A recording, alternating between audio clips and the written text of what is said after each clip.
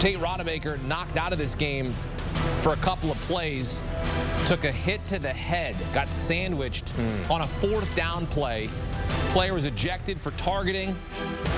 Brock Glenn comes into the game for a couple of plays there. And then you see Rodemaker come back into the game. His first play is a handoff to Trey Benson. Yes. And that is the final touchdown for Florida State as they win at 24-15 and remain undefeated heading into the ACC championship game next Saturday night against Louisville. Back here in studio with former Florida State standout Bryant McFadden. I know you are a proud alum on this night right now. Oh, no question. Number one, you're playing against your in-state rival, right? In the Gators, the Lizards, whatever you want to call them. Shouts out to all the fans down there in Gainesville. But trying to keep this undefeated season going, to keep your playoff hopes alive, was extremely important. But also, too, being able to do so, and guess what? Ending the season for the Gators because of their inability to win tonight. Their season is officially disco dead. It's done. Like burnt bacon, you throw it in the trash can, you get ready for another opportunity next season. That is the case for the Florida Gators. So shots out for them for putting forth a nice effort, but it wasn't enough. Look at the job that Coach Norvell and his staff was able to do playing with their backup quarterback. Clearly wasn't his best performance, but finding a way to win was extremely imperative for them being able to prevail and come up with a huge win, and most importantly, keep their playoff hopes alive. Florida Gators played undisciplined football. Yes. We had a player ejected for spitting. I mean, what are we doing? Hakeem, every week, a bad team will do what? Find a way to lose. You had a player ejected for spitting on a player that led to extra possessions for Florida State. And mind you, that happened in the first half. In the second quarter, up until that point, Florida State offensively wasn't doing anything. But because of that penalty that gave them an extra opportunity to get new downs, they were able to score right before halftime. And then you look at what happened in the fourth quarter. 3rd and 14, Tate Rodemaker evades pressure, scrambles. He's sliding well. It wasn't close to the first down. Gave himself up. It was about to be 4th down, but what happens? A defender from Florida comes in. Here you have it right here, the highlight. 3rd and 14. 3rd and 14. He scrambles. He's giving himself up. Pull up. Pull up. It was going to be 4th down. When you look at where the ball was positioned, it's safe to say Coach Norvell was going to punt the football and put all the pressure on his defense. But because of that penalty, it gave Florida State an extra set of downs, and that was basically the end for Florida. So undisciplined play, clearly that has been something that has followed this team the entire season, just being undisciplined, mistakes, miscues, and that led to their demise in tonight's matchup against the Noles. And I am so happy they were so undisciplined. Thank you. I am so happy. You know who benefited from that? Not only did Tate Rodemaker benefit from that, but Trey Benson had 3 rushing touchdowns in this game. Massive. I mean, they could not tackle him. We saw a defender try to arm tackle him. You can't. He pushed him outside the tackles. He gave him benefit. Gave him momentum. And that's the thing that I like about Trey Benson. When you watch him play, he gets a yard here, 2 yards here, but he stays the course. He's very, very patient. And if he gets a small window, good night. Kiss the baby, good night. It's a wrap. He's going to break loose. He's going to potentially score. And we saw that, like you said, 3 rushing touchdowns, almost 100 yards. He averaged around 5 yards per pop. In this environment, nighttime, playing against your rival, the Swamp is a very, very difficult place to play, especially if you're going in there with your backup quarterback. So finding a way to win this ball game is most importantly. And get this, for all the gamblers out there, they covered the 6.5. They did.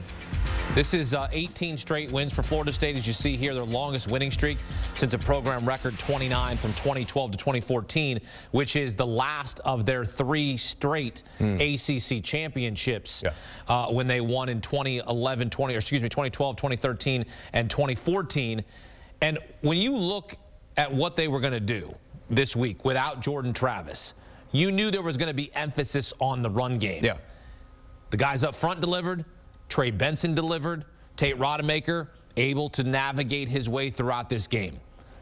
The game plan for Florida State, let's run the football, cannot work against Louisville in the ACC championship game because we know Tate can throw the football, but on this night, they relied on Trey Benson running it. Yeah, Hakeem, I think it can work because that has been, one of the main emphasis for this offense, establishing a sense of balance and doing so with backs that will be playing on Sunday. Trey Benson will be an NFL back at some point in time whenever his career is ended there in Tallahassee. You look at Toa Lafili as well, a do-it-all type of player for that offense. So they have guys in the backfield that can make life easy for Tate Rodemaker, especially when they're running the football. And the thing with this ball game, this was Rodemaker's first start on the road. So I wasn't expecting an onslaught of opportunities in regards to throwing the football in the passing game, but I needed to see growth from Rodemaker. And I think when you look at how he started the football game and how he finished, we saw growth in this four-quarter ball game, and that's something to build upon as you get ready for the ACC championship game against the Cardinals. We talked about undisciplined football on the side of Florida. What does it say about what the Florida State Seminoles were able to do playing their first game without Jordan Travis, their leader, emotional leader, was in the conversation for the Heisman Trophy at one point this season? And to come on the road and get a big win like this to make a statement to, hey, we're 12-0, first time since 2014, to say, hey, no, don't count us out. We're not out of the college football playoff, because a lot of people are saying, well, they don't have Jordan Travis, I don't want to see him. What about the other kids that play on this team? What about the backup? What about the program itself? This is a team that's not about one player. And Jordan Travis, he meant a lot to the entire team, but they have talent on both sides of the football. They have guys that will be playing on Sunday. When you look at the wide receivers, when you look at the running backs, when you look at Verse, Deloach in the back end, the linebacker, Tatum, they got guys up and down this roster that will be playing on Sunday. So when you factor in going into a battle like they went into tonight in Gainesville, those guys got to show up. And we didn't see a lot from Keon Coleman in the passing game, but in the return game. That return in the fourth quarter jump-started an opportunity to steal momentum from the Gators. Johnny Wilson showed up big time in critical moments of the ball game, especially on third downs. So they have guys that can show up. Bell as well, when you factor in what he did with the few receptions he were able to bring in from Tate Rodemaker. So this is going to have to be the theme for them until Tate Rodemaker becomes more comfortable as the starting quarterback. And hopefully this appetizer-type performance for Tate Rodemaker can kind of get things going for the main course that he would need to deliver next week in Charlotte. Yeah, Louisville's coming off a loss to in-state rival Kentucky. Yeah. And look, Louisville's a good football team, okay? So when you look at Louisville matching up, and they lost on the state to Kentucky, how do they match up against Louisville? Well, defensively for Florida State, they're going to have to really bow their back and be disciplined against the rushing attack from Louisville. Louisville can run the football. They got some backs there that they're very, very patient as runners, but they are explosive guys as well. So if you're not playing with the right gap integrity against a team like Louisville, they're going to exploit those matchups in their favor, not to mention the play-action game as well. They do a great job in running the football, but utilizing the run to set up the passing game as well with the play-action. So it's going to be very, very important for Florida State to win first down. To put the Cardinals in a second and long situation where they can become one-dimensional, predictable, and just trying to throw the football. And then for offensively for Florida State, it's about seeing more from Tate Rodemaker. I would love to see Tate Rodemaker become more of a runner in the offense. They ran a few RPOs tonight against the Gators. He didn't try to keep the football. At some point in time, as a quarterback, it's your job to keep the football just to make the defense make them play honest instead of just devoting all their attention into the running back. So finding a way to get him more involved in the running game, I think, will help this offense. But most importantly, be smart with the football. That's what we saw tonight, Hakeem. We didn't see any untimely mistakes from Tate Rodemaker. If he can kind of continue that theme, being smart with the football, be more involved in the running game, and take shots when the shots are there, they should be okay. Well, it's going to be watching the running backs, right? Jawar Jordan for Louisville, very good running back, and then you got Trey Benson. So this game perhaps will be decided on the ground. If you are looking at this game, because it's tough to lay points with your team, right?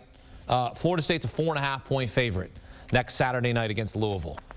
What would you tell people to do with their hard-earned money? Well, personally, I never bet on Florida State is the same with the Pittsburgh Steelers because I'm already emotionally involved.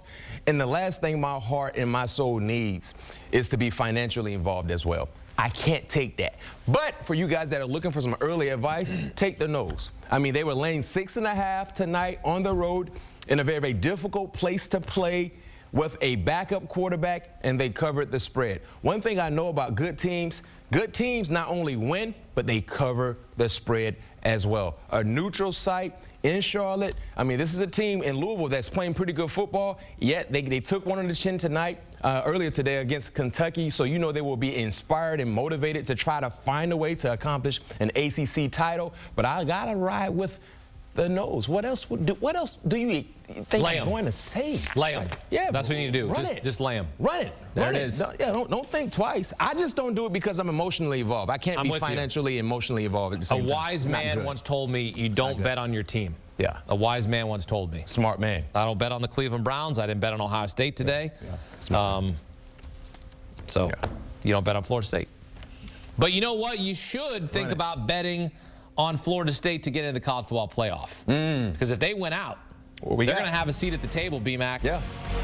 These are perfect regular seasons as you look back in history. 2014, lost in the CFP semis, BCS National Championship. 2013, a special team. One more.